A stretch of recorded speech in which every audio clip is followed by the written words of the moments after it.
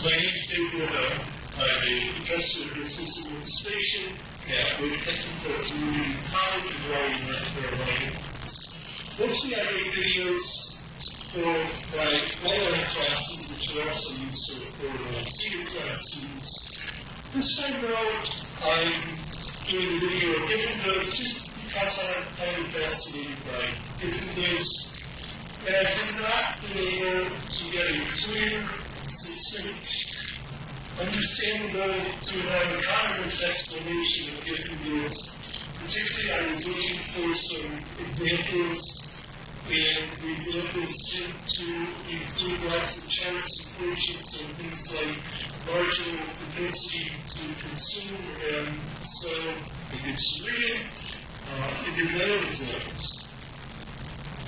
The topics were covered, as I briefly, some demand curves, elasticity, income effects, and substitution effects on a number of goods.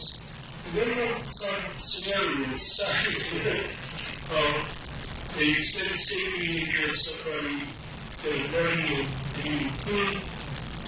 They're looking at increased income, increased inferior good price, increased total good price, increased income, decreased inferior good price, and increased total good price. Here are some elasticities. And the first one is inelastic, and that describes something we need. Gasoline to get to work. It really doesn't matter how much gasoline costs, if it's a reasonable range of prices. I'm going to buy it 10 gallons a week. Once it gets way high, okay, now we got to walk, or I buy, hitchhike, public transportation, whatever. But that's inelastic. And notice that even though it's an inelastic necessity, the higher the price, I buy a little less. The next one says inelastic,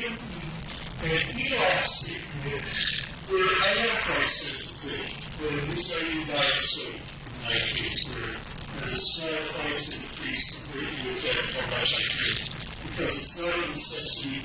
There are lots of substitutions out there. Both the inelastic and the elastic price quantity curves slow down. There's a slightly ever so much. The Giffen or benefit the quantity purchase goes up a bit as the price goes up. And we'll see how and perhaps why. So elasticity generally we refer to that as price elasticity of demand. The percent change of the quantity demanded divided by the percent change in price. Always negative because generally as price goes up, quantity goes down, and vice versa, but we generally avoid minus. In the elastic good, where the percent change in quantity is greater than the percent change in price, goods are not necessities or available substitutes. And we saw that in the middle elastic curve. Inelastic, where the percent change in quantity is less than the percent change in price, necessities, or no readily available substitutes, and that's the curve on the left in the elastic curve. Finally, there's something called cost price elasticity. It might change by the quantity of the good because of a change in price of another good. This could refer to buying less coke, less unit sale, we can buy a smaller car if we expect the price of gasoline to go. Two effects, income effect and substitution effect. Always reuse, so you don't make sure it's safe. Income effect, the change in quality of goods demanded lead to a change in purchasing power. So if I own more money, chances are I'm going to buy more number of goods. If I own less money, chances are I'm going to cut down on my purchasing. The income effect can result from two things: a change in actual income or from a change in price on a good that we buy regularly. The effect on our actions, economists expect to be the same. The other effect is a substitution effect. Changes in the quantities of goods demanded due to changes in the relative prices of goods. That's kind of the cost elasticity of demand. If I'm buying two goods, the price of one goes up, I'll probably buy more of the other, and vice versa. So goods, lots of definitions. One good was kind of like a good, where the quantity demanded increases with increased income or with increase in price. Inferior good, quantity demanded decreases with an increase in income. That doesn't mean it's bad quality, just that we rather have something else. For instance, after we were studying college students, typically getting nearly as many novel units. A superior good, quantity income, quantity demanded increases and income increases more so than with the lower good. So kind of a wishy-washy definition. Veteran goods, the quantity demanded increases as the price increases because of a higher price and its appeal as a status. Finally, we get the Giffen Goods, and there's some debate among economists whether we should call it Giffen Good or Giffen behavior because of the circumstances necessary for this behavior to occur. It's an inferior good whose price increase results in an increase in quantity demand. Price increase results in an increase in quantity demand due to necessity and limited income. The economists speak, the income effect is greater than the income effect is greater than the substitution effect.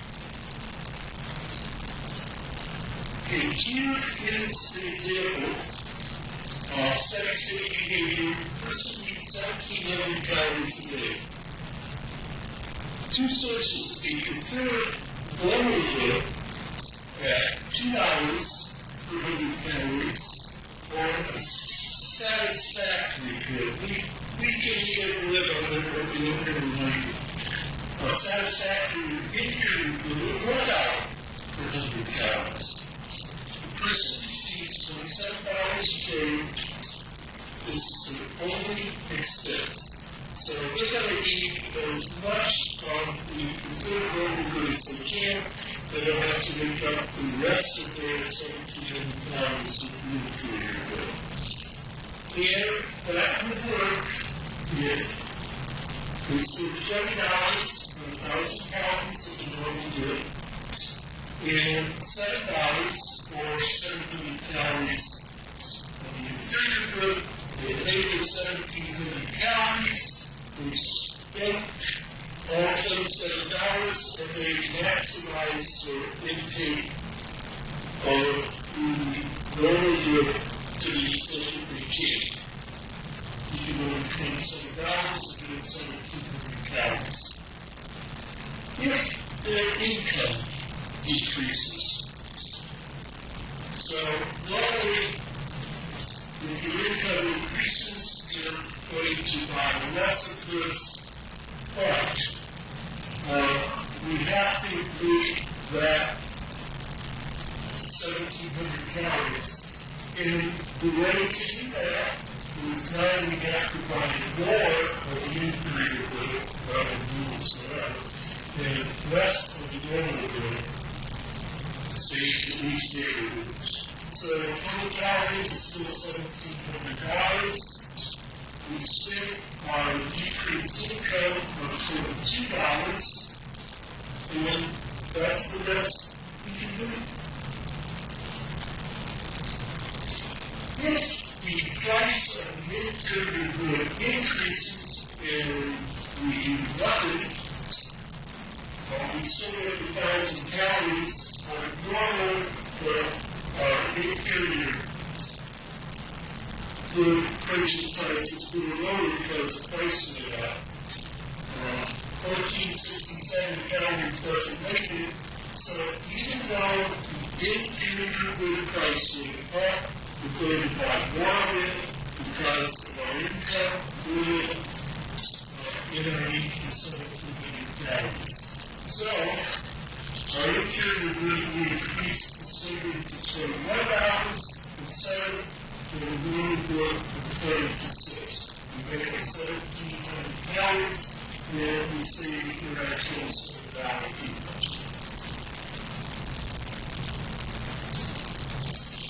The normal good price increases, the inferior good is no longer a Giffen good because it makes sense that if the price of the normal good goes up, we'll buy more of the inferior good. In effect, if we do nothing, we're going to fall short of the calories, even if we spend our $7. The solution is to buy more of the inferior good, and we make our 1,700 calories and stay within our $27 budget. Okay, so good news. The income increases from 27 to 32. The normal inferior good prices stay the same. Maybe we can switch to 100% of the normal good, or spend about $32 on that, or good wood. So we do get 1,500 calories out of the normal good, or 200 calories from the inferior good. So once again, we see it in our budget. This time $32, or you reach a goal of 1,700 calories. If the inferior good price decreases, then the inferior good price decreases, so the normal good quantity begin to go up, but this is a Giffen good, so the Giffen good price goes down, and we get less of it.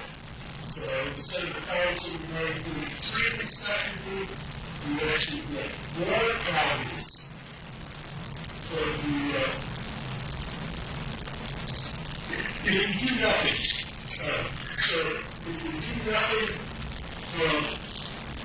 we'll actually have too many calories. That means we can reduce the number of calories of the Giffen good. So that now we're going to 140 calories, we're going to 560 calories of the inferior good. So we're going to have 1,700 calories to stay within the budget, and we get as much normal good as possible. Decrease normal good price scenario.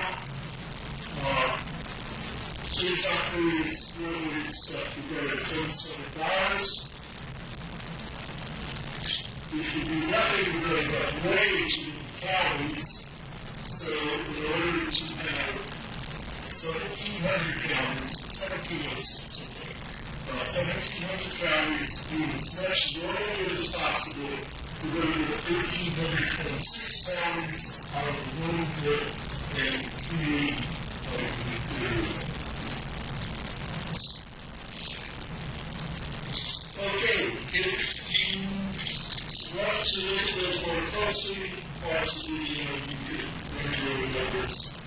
One question that does arise, do Giffen Goods really exist in the real world? At one time it was felt that the Irish tailor that was an example, on a Giffen Good. That was pretty much the study. I'm not sure exactly what their argument is. Something about there was a shortage, so how could we find a new door? An economist called William Rubin says, well, they might be out there for maybe during times of notice because, well, markets are upward sloping demand curves, clearly unstable, and that's unlikely to be observed. So they're going to come and go so quick that by the time the economists get more excited on their debt. Robert Jensen and Roland Miller did a study in Hunan and Gansu, China, where they artificially lowered the price of rice in Hunan and wheat in Gansu by giving them vouchers that could be used to those diets. And what they found, very scientific evidence in Hunan, that the people who were using the vouchers to buy the rice, but then with their increased income, in effect, they could buy more vegetables and meat, and less of the rice, even though the price went down. There was some weaker evidence to be observed. That's it for my business take on Giffen Goods. Hopefully this has been interesting, probably not useful, but maybe it's inspired people to look into Giffen Goods and really